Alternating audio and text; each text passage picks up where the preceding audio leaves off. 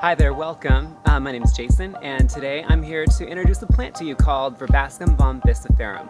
And this variety is known as Arctic snow. This is also referred to as silver mullein, and it's just beautiful. It has these beautiful, like pronounced venation underneath the leaves. It makes a round, silvery rosette. It's like, to me, it makes me think of like a giant succulent.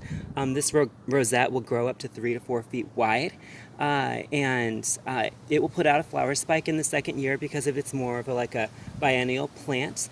The flower stalk is it's white and fuzzy, kind of like the center here of the leaves, and it's covered in like this it's like white fuzzy flower stalk with like yellow flowers all over it.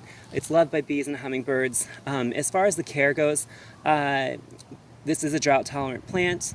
You want to water it in the first year to establish it, but once it's established, it's very drought tolerant. It thrives in part sun to full sun. It's very heat tolerant. It's very cold tolerant. It's cold hardy down to 0 degrees Fahrenheit. As far as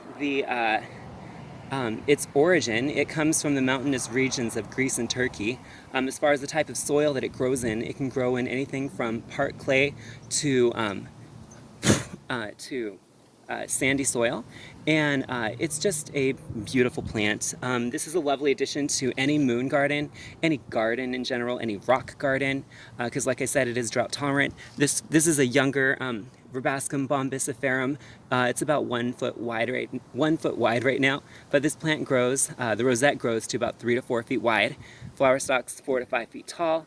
If you let it go to flower, expect that in the second year.